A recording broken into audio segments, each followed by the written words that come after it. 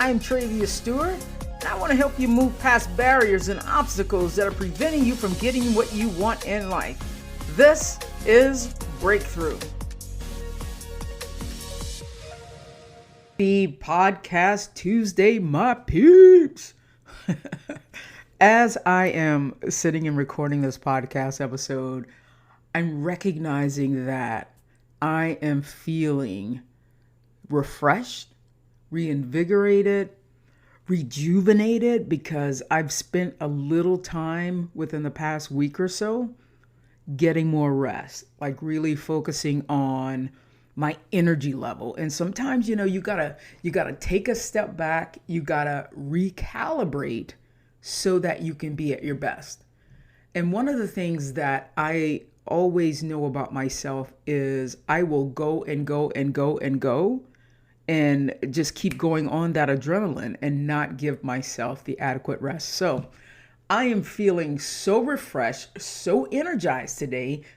And the topic that's on my mind that I would love to talk about is navigating life's unexpected changes, because a little bit of what's on my mind with this episode still lingers a little bit from last week's episode. Are you an energy drainer? And so when we're talking about navigating life's unexpected changes, that can also go hand in hand with, are you an energy drainer? Because you're always stuck in reliving some of these past events and, people are like, move on already, right?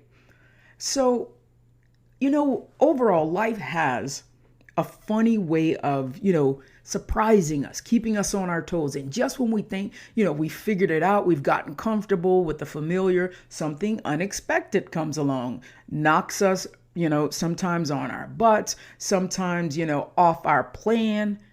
But you know what? We all know that life is an ever-changing journey, which is filled with moments that will always catch us off guard. Now, again, I don't pretend to be the know-it-all guru who has all of these answers. In this episode, I want to just challenge you to look at a different perspective. Let's look at a different angle. So even if we're talking about whether it's a sudden career shift or, it's the end of a relationship, or maybe it's even, a major health challenge, unexpected changes has a tendency to leave us lost and scared and uncertain about the future and what's to come. But sometimes we end up staying there and not really moving out of that space. So today, I just want to introduce another perspective, because these unexpected twists and turns are like sometimes being on a roller coaster. And you know what? It's okay when we're on a roller coaster to scream and throw our hands up in the air sometimes. Well, in life, we can do that too, but we don't want to throw our hands in the air and scream for the rest of our lives on that roller coaster, because change often gets a bad rap because we tend to get comfortable with, the routine, the familiar things in life. We want to keep doing what we've always done, but we all know that life is not a straight line. It's not, let's go here to get there. I mean, there's going to be some things that are thrown all of our ways. There's going to be ups and downs. And so it's natural for us to feel scared. It's natural for us to feel, a huge amount of resistance to change. But it's also important to remember that change can lead to some incredible personal growth, and new opportunities can come out of that change if we are willing to embrace it. And so that's where I want to focus our time today, is talking about the moment when change actually knocks on your door, and it's probably uninvited. It could be a new job. If we remember, the last time you stepped foot into a new job, was there nerves? Was it excitement? Was it a huge level of uncertainty? Again, because we are uncertain about how that thing is going to go. So there usually is, the anticipation sometimes gets a negative rap, sometimes gets a bad rap, because we have no idea what to expect. But I want to challenge you when you're stepping into that new area, especially a job. I want you to go in it with a huge level of courage, like you're at, Six Flags, you're at, Disney World for the very first time, and taking that leap of faith with a positive attitude, the attitude of, you know what, I'm just going to go with the flow. I'm going to take these loops and turns and twists of the job, and I'm going to learn. I'm going to adapt, and I'm going to be able to grow from it.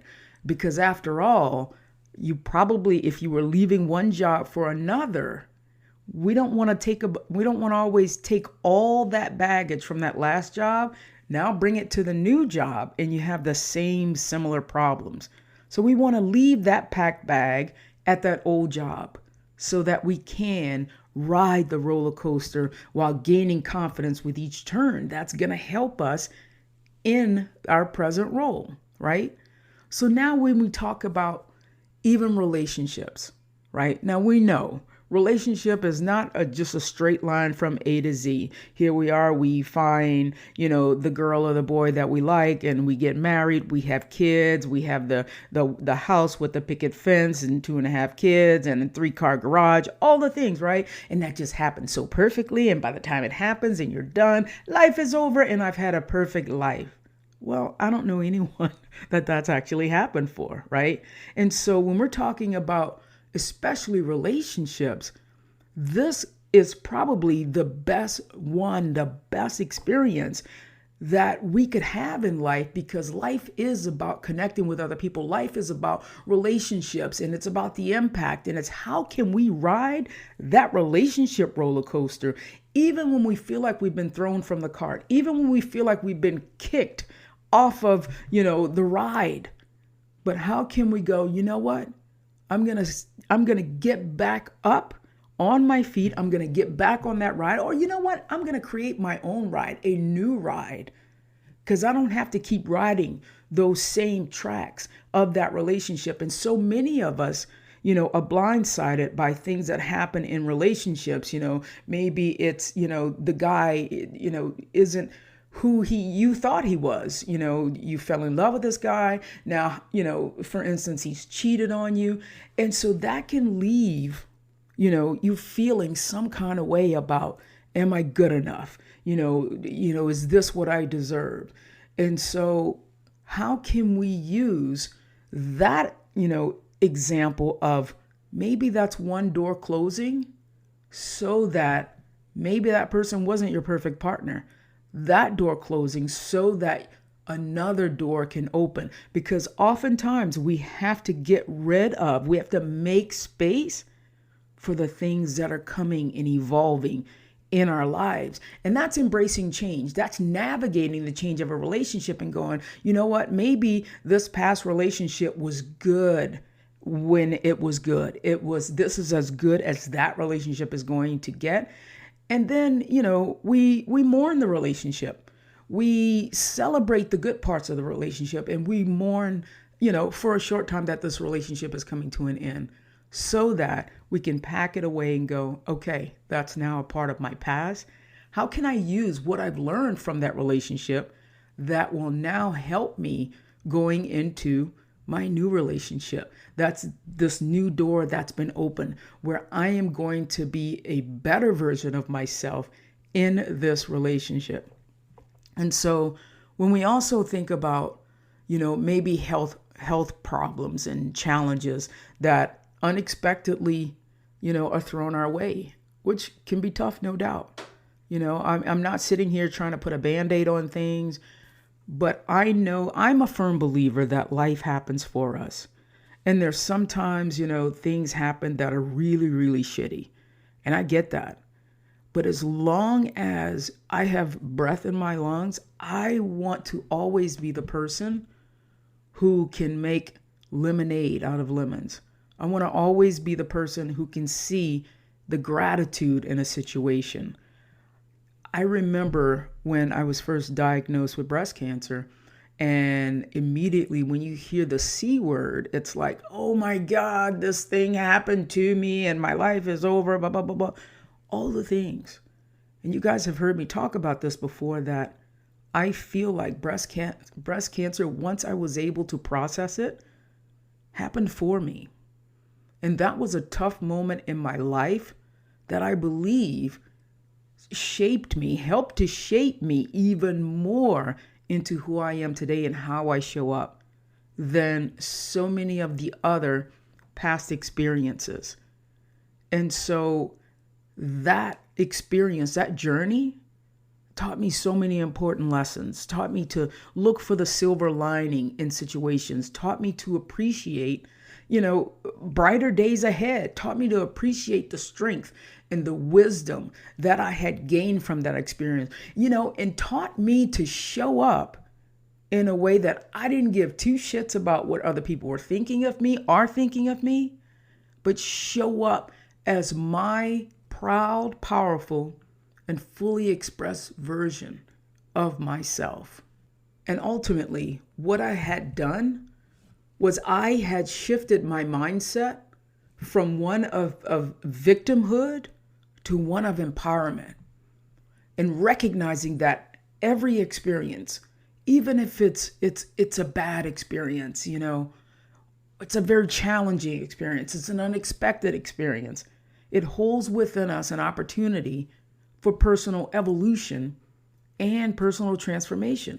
And so going through these situations, we want to start acknowledging that change is an inevitable part of life. And we resist it because of the fear of the unknown. And we believe that because this thing changed, our plans are being derailed. I can no longer accomplish what I set out to accomplish. But again, I'm challenging you to shift your perspective, to understand that, there are lots of times when life changes can teach us valuable lessons, and we open ourselves up to new possibilities. And we can do this by cultivating gratitude, because sometimes when we actually step outside of that situation and look at it, things are not as bad as we seem, because we can't read the label on the outside of the box, on the outside of the bottle. And so gratitude helps us shift our focus away from what we've lost, away from what has changed. When I think about gratitude, when I think about energy drainers or, energy invigorators, I just spent some time with, this lady, her name is, she's Aunt Georgia, and she's 87 years old.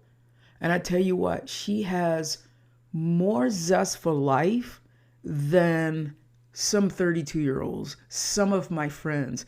Like, she laughs, she wants to talk, she wants to hang out. We will have beers, we will drink, some wine, we even do a few gummies here and there. But you know what? She is so full of life, even after she's lost her husband, even after, all these things that are thrown her way. She is an example of someone who is continuing to live her best life at 87, you guys. And on the other hand, we look at people who are, like my mother, who passed when she was 85, and all she was focused on was the regret of she, didn't live the life that she wanted to live. And sometimes, we have these health challenges that are thrown our way. Maybe we're not as mobile. Maybe we're not moving as much as we want to move. But you know what? I want to always have this attitude about life and be positive and go, when I'm 80, when I'm 87, I don't want to focus on that I can't go play pickleball anymore. I don't want to focus on that I can't go jump up and down and get on a bike and go to the gym and throw up, heavy weight. I hope that when I'm 87, I am the life of the party like Aunt Georgia. I hope that I am spirited. I hope that I am full of life and energy and still living each day to the absolute fullest. And so what I want to leave you with is, it's okay when these things happen that we feel those emotions and that we mourn the loss of who we used to be. But it's even more important to go, How can I now learn from what has happened? How can I now go into this next chapter, whether that's tomorrow, whether that's next week, being a better, bigger version who has now adapted to life's changes, unexpected twists and turns of that roller coaster ride. How can I now take that into my future in exploring uncharted territory, forging even new connections, even discovering maybe new passions, because sometimes we're forced to pivot? How can we embrace the unknown with curiosity, with a willingness to learn from what we've been through, by finding that unexpected change is now becoming a catalyst for professional and personal growth. And so, last, just remembering the present moment. Remembering that when we go back and think about what was, we're living in the past. Living in the past often causes us to feel sad and depressed. We can do our best by going, let's bring it to the present and go, what can I be thankful for? What can I have a strong sense of gratitude for? No one knows, the exact amount of time that we have on this earth. But we do know that the moment that you have right now is worth living to its fullest. The moment that you have right now is worth not going back to the past with regret. The moment that you have right now is priceless, and we can't ever get those moments back. And so we want to focus on the present moment. We want to focus on gratitude as we face unexpected changes.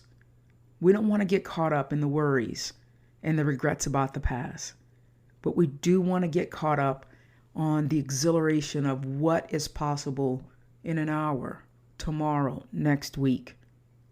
So, true transformation happens when we anchor ourselves in the present moment, not when we're looking back in the past.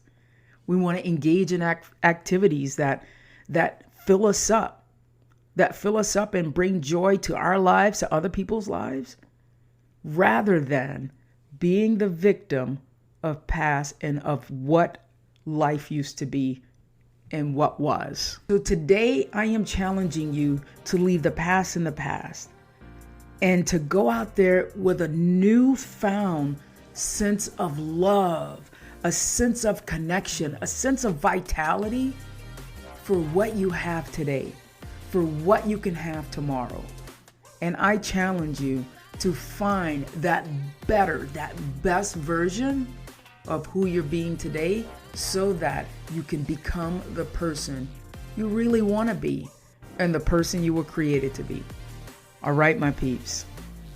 So, my peeps, if you are receiving value from this podcast, I would love for you to go to Apple iTunes and leave a review. Because again, it helps more people find the podcast, so I can help more people, help and impact more people on this earth, so that we're not the only ones living our best life, but we can help our family, our friends, our coworkers, all find that best version of themselves, so that we can all improve this world that we're living in, so that we can all begin to live and unleash our potential that so many of us are still holding back, tamping down.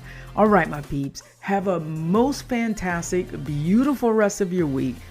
Talk next week.